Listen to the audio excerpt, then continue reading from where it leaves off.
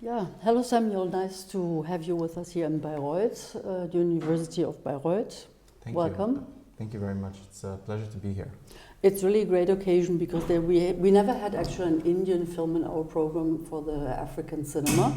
So this will be kind of a premiere, but with a Nigerian actor. So we are really very curious to learn more about your career. So how did you come to be in Indian films? Long story, I guess. I'll try to keep it brief. Thank you very much for the question. So I started working as an actor in my country, Nigeria. And there I had been fortunate enough to work on some of the top projects in the country and in Africa as well. I did a project for Disney called Desperate Houses Africa. And there was a project by a big production called MTV Base, which did a show called Sugar, which I was a part of. So I had already built up a little bit of a career in Nigeria. And so the first film I did, the first Indian film I did, Sudani from Nigeria, when they were casting for it, they were looking for a Nigerian actor within a certain age bracket who had certain features and looks, and they had auditions and they were not finding what they wanted. So the director, this is what he told me, said he just Googled young Nigerian actors and saw pictures of me there. And then he sent that picture out to agents in the country to ask them to contact me. And that's how they reached out to me. It was just supposed to be a very small film. It was made with a very limited budget. I mean, by Indian standards, very limited, small budget. But the film ended up being a very good success for them. It made a lot of money, got a lot of critical acclaim as well. It won a national award, two national awards. The name of the film was Sudani from Nigeria. So it was a Malayalam film it's a regional, very small regional language in Kerala, which is a state in India. And I mean, the film got national attention, and many people put it on their list of top 25 Indian films of all time. So yeah, so because of that, I got a lot of attention in India, and I got another film, and then I got another film, and I got this film, which I'm here for. So the film I'm here for is called Dilly Dark. It's in the Hindi language, which is the major language of India. So this is my first Hindi language film. So maybe you can tell us a little bit more about Dilly Dark, because at least what I read also about the film is that it's a dark comedy, and it deals with quite serious problems, though, or topics. Let's put it that way. With some problems, I mean, social problems in India, which might also involve racism, or at least marginalizing people who have a darker skin, not only people coming from Africa, but also in India itself. So how was your collaboration then with a film director, and how did you go about yourself with this kind of topic in this film? Yeah, thank you. It's a very important question. So, you know, the director had reached out to me, asking me to come and read for the film. He initially didn't disclose what the film was about and stuff. He just gave me a little synopsis, and but after the reading, I think then he was really interested in working with me. Then he told me more about the film. It was a really personal film for him because his name is Debaka Das Roy. He comes from a part of India called Bengal, where they tend to have like darker skin tone and stuff. So he had grown up facing a lot of instances of racism and discrimination, just as portrayed in the film, and he wanted to tell a story that would be deeply personal to him, but he wanted to cast an African because he wanted to go, like he did not want to, because, you know, in terms of the experience that that would happen, the racial experience. Africans still, even though dark-skinned Indians face a lot of racism, but it's still much more concentrated on the African population. So he wanted it to be as authentic as it could be, and as real. So that's why he decided to go with an African character instead of making it like a darker-skinned Indian. And yeah, when I read the script for the first time, I really loved the film. I loved the script. I loved the project. I knew that this is something very important that I have to be a part of. And yeah, so the film deals with, what it means to be an outsider in India, not just even as a dark-skinned person, even though that is the point that the film mostly touches upon, but it also it shows you how anyone who is considered to be an outsider in India can and will face a lot of problems and issues with everything from even getting an apartment. Most people will not rent to outsiders. Getting a job, I mean, that's almost impossible. No matter your qualifications, even if you have a PhD, you have multiple PhDs, it's almost impossible to get a sensible job just off of the color of your skin. Even jobs that people that are not qualified would get, even a highly qualified black person probably wouldn't still. So it deals with these kinds of topics, and it follows the life of Michael Okeke, which is the character that I play, and how he is a student studying for his master's degree, and how he navigates the complexities of life being a dark-skinned black guy in India, trying to get work, trying to pursue happiness, trying to find his way in life, and all the difficulties he will face doing that in India. I mean, at a certain point, I wondered if some of the parts in the film might be kind of almost autobiographical, because you moved to New Delhi. You're living in New Delhi, right? Yes. So maybe some of the experiences were not so. Yes, definitely. Actually, a lot of you might have gone through yourself. Yeah, I did actually. A lot of the things in the film, the Baka kind of based that off of stories that I had told him of things that happened to me. So yeah, I have also faced my fair share of racial discrimination in some parts of India. I mean, I wouldn't say everywhere, because I've also met a lot of wonderful people who bring a lot of warmth and kindness in India also. And then I've been in some situations where it was just kind of scary. I'll give you an example. So I had just gotten myself a new motorcycle, and I was just having fun. I was riding it about just around my street where I live, and this guy kept watching me from his window, and I was like, what is this? So he came down and started interrogating me that where did I get this motorcycle from? He's going to call the police. I was like, oh, man, I'm just riding. I told him I live here. I'm your neighbor. He said he has never seen me before. Anyway, to cut the long story short, he called the police on me and reported that I had stolen the motorcycle, which I had just bought. And then the police came and they asked me for my driver's license and all of that stuff. And eventually they let me go because they realized that it belonged to me. But they were even still apologizing to the man who called the police, not to me, even though I did nothing wrong. And so situations like that, I mean, I think that for me, that was probably the most extreme one, getting the police called on me for doing nothing. He just said I looked suspicious and that there have been many robberies around the area. So that happened to me personally. And so many instances of trying to get a place to rent and not being able to. And they would they tell you directly and bluntly, we do not rent to Africans. We do not rent to foreigners. We do not rent to foreigners, sorry. So yeah, I faced many of these kinds of things. Of course, the very common ones are the stares, the dirty looks, the nasty mutterings as they walk past you and things like that. It's very, very common in New Delhi. But I mean, still, I will say that once again, one side of the experience. Yeah, it's just one side of the experience. There are still a lot of wonderful Indian people who some will even go out of their way to be kind to you and to help you and stuff. So I think that I think it's something. It's a really big problem in India, the racism thing. But it's also something that is starting to get a little bit better.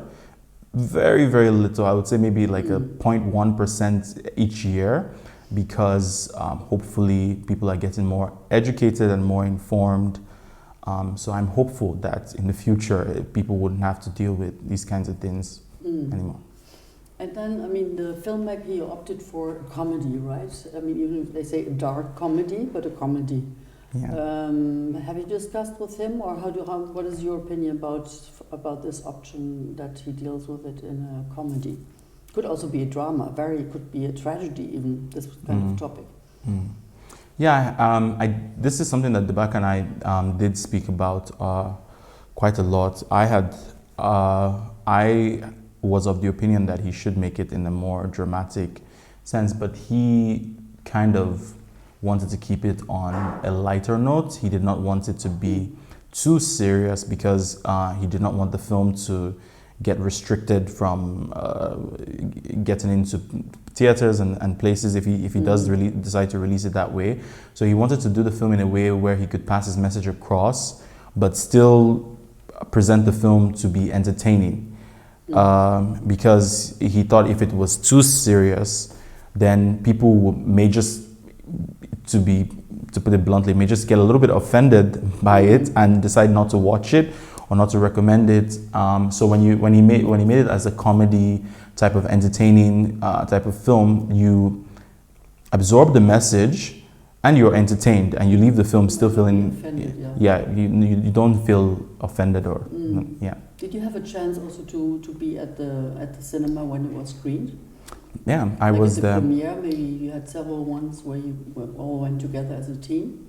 Yes, so the film had its world premiere at the Mumbai Film Festival in 2023, and it was one of the main films there. We had like full theaters almost every time it was screened there. And a lot of people really loved the film, and they responded to it very, very well. So it was really it was really exciting to be there, engaging with the audience and people who had seen this film. Many notable figures in Bollywood came. They heard about this film that was generating some buzz at the festival, and came to see it. And so it was pretty exciting to do that, to be there. But even though we had that premiere, it was still afterwards. The director, Debaka, has been trying to get a distribution deal for the film. That has still proven to be pretty difficult. A film starring a black guy in India, most people think there's no market really for it, even though it's a very entertaining film. But the people who have seen it at festivals really loved it and found it to be very entertaining and also very informative and passing a strong message across. I mean, what you just said about that it's maybe difficult to get the film out there more than it already was, because there's a Nigerian actor, the main actor. But you have played, as you mentioned in the beginning, already in several Indian films. So, I mean, what is then your overall experience from the first film to this one now? How did it change over the last, I guess, 3 years or something like that? 4 years?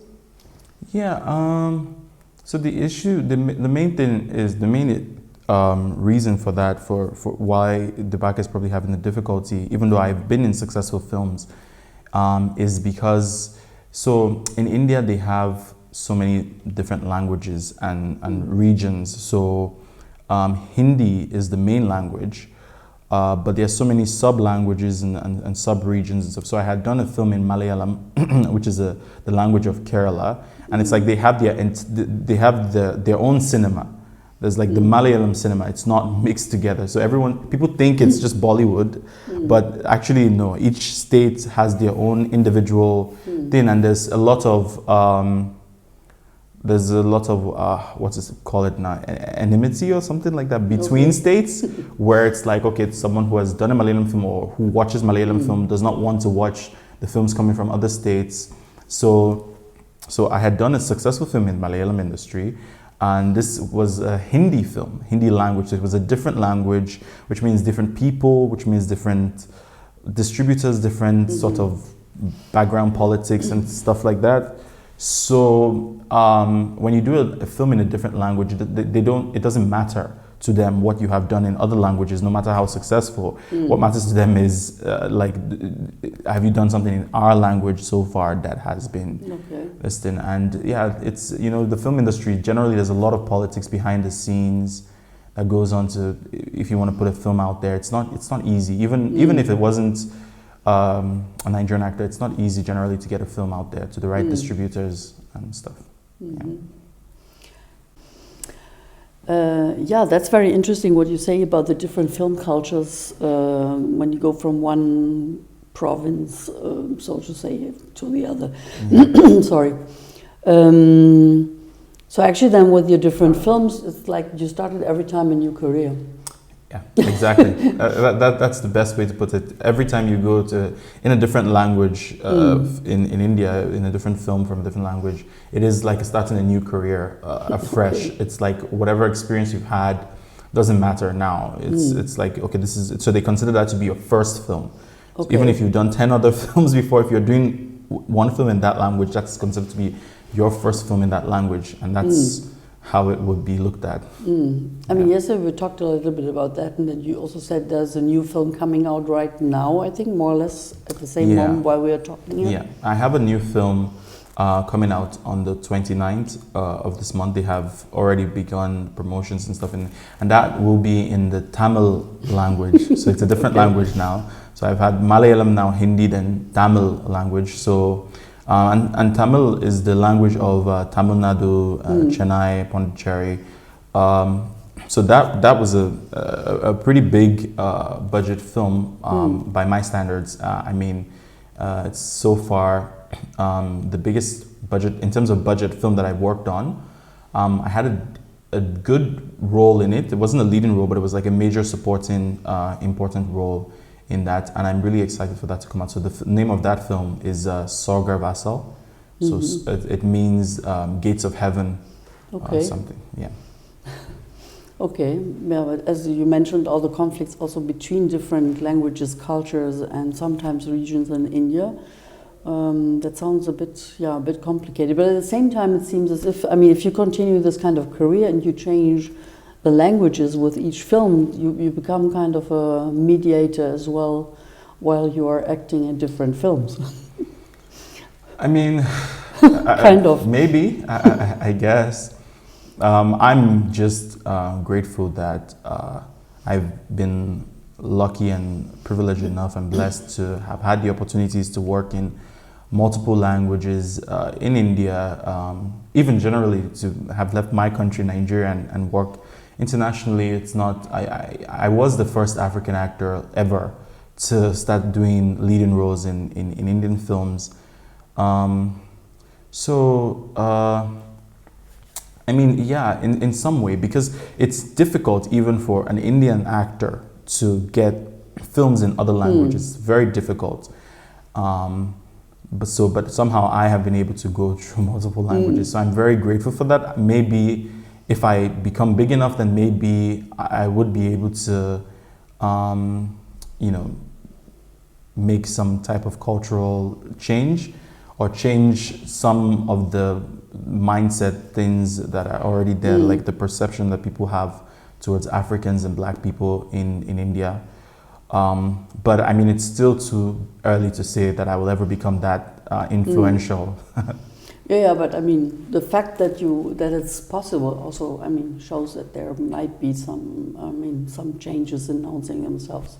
Yeah. Could you say something about the work itself, as you also have worked before in the film industry in Lagos, another very big film industry, the Nigerian one, also, I mean, with different compartments, maybe not as many as in India, but still a lot and very big.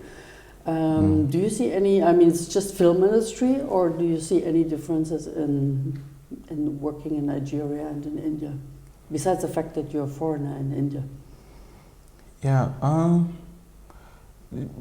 I think the major difference between Nigerian films and Indian films, honestly, maybe it's not a good thing to say about one's own country, but I think it's probably professionalism, where in India they tend to take it more seriously, much more seriously than they do. So they pay more attention to, but maybe because also they have bigger budgets, so they want to use a better camera. They pay more attention to the technical requirements for the films. They want it to look a particular way. Whereas in Nigeria, mostly they just want to get the work done as quickly as possible and just get it out there. So I would say that that's the major difference, is that it's more attention to detail. Especially, I've noticed that especially in my work in South India, in the Malayalam industry, the Tamil industry, they pay significant attention to detail. Like in Nigeria, they would try to shoot 10 scenes, 15 scenes in a day. Whereas in India, in South India most especially, people try to shoot maybe 1 or 2 scenes in a day and just do the same scene again and again for hours until they get it right. They don't rush, they take their time. So once again, probably because they have bigger budgets, they can afford to do this. So, but I would say that that's the major difference. Other than that, everything else is pretty much just standard film industry stuff, similar stuff. Yeah. And do you have it now that you have that you're building your career in India? Do you also get then different offers, maybe from Nigeria? Yeah, I do get offers from Nigeria and Africa. I haven't yet worked on one in a while, but if I get an offer that I feel is something that I have to work on, then I will definitely. I'm open to it. I'm open to still working in Africa and stuff. Yeah. I mean, as I told you here, we in Bayreuth, it's also about. I mean, we're still at university, so it's a lot about African studies, and the relationship or the connections between the African continent and the Asian continent is also, which is of increasing importance and interest in research. So this is also why I thought that these films and your film was one of them. I had the impression they also show the connections. If I look on different platforms, not only Netflix but also on others, that there are more and more films and series that deal with mainly Nigerians. Actually, if we talk about Africans in India, it's mainly Nigerians coming to India, as if this would also be an increasing phenomena, that it's not an isolated phenomena, that Africans are working in Asia, and maybe then also the other way around. Yeah, I think that the bilateral relations between most African countries and Asian countries have certainly strengthened in the past few years, and because of this, it's gotten easier to get access to visas and things like that. Okay. So I think that's why we're seeing a lot more, and because people are starting to get more open, especially in India, open to the ideas of having Africans in their films, and because now it's starting to matter, because there have been many African students who have lived in India and in other parts of Asia for a while. They have had lives, they have had experiences, so they become important to the story. Like this Tamil film that I did, so it's the director added an African character because he was trying to make it based on a true life story, and Africans were a part of that story. So it's no longer just fiction. There are Africans living in India, working there, contributing to the economy, being a part of the culture, and thus they become a part of the story from that. And there have been other African actors who have come and done 1 or 2 projects in India, and Indian actors also who have gone to Nigeria and done 1 or 2 projects.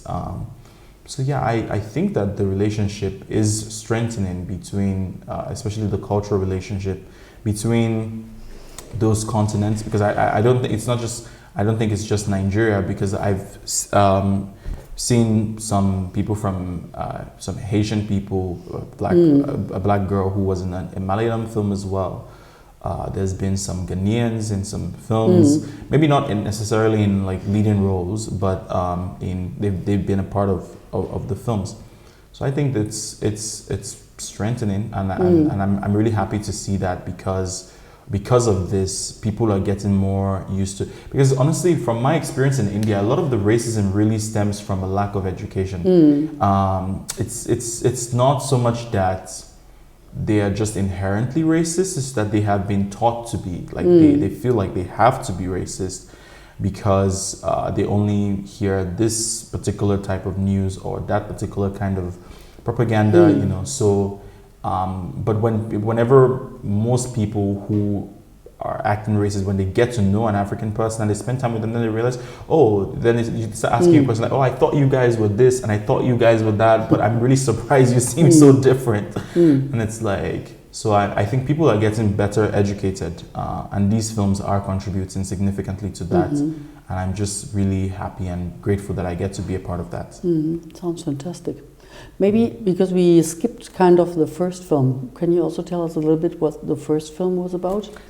So the first film I did, Sudani from Nigeria, was about a young football player who had come into India to play football and pursue his dreams, and then he was on a team and he was the main player or the best player in that team. It was he gets them the goals and all that. So then he had a major injury, which led him to be disabled for a little while. And it really just shows you the kind of warmth and compassion of the people of Kerala, which even I have experienced myself.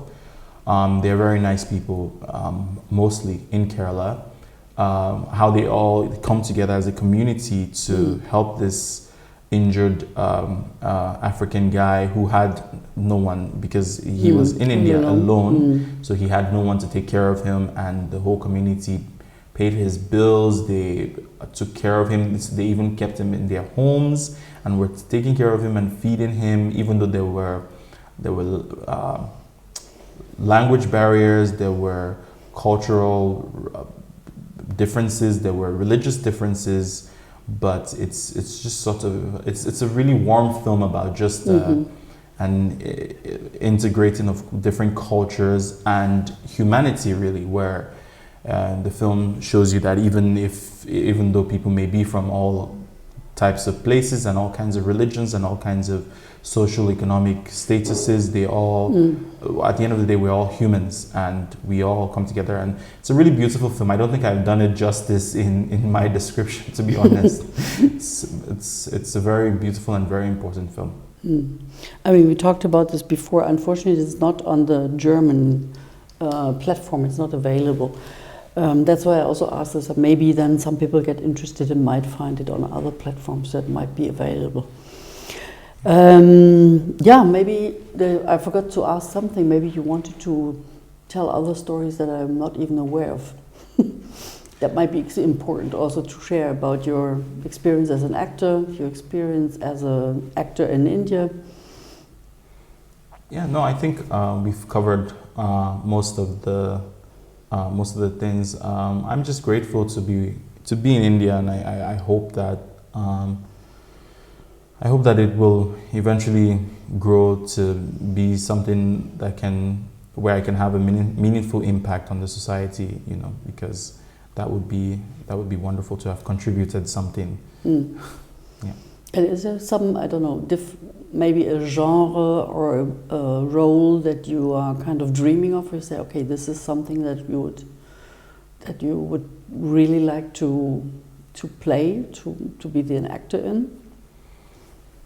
Yeah, I wouldn't say a role per se, but because it's you just never know. It's like some directors are extremely creative and they can make such wonderful magical roles.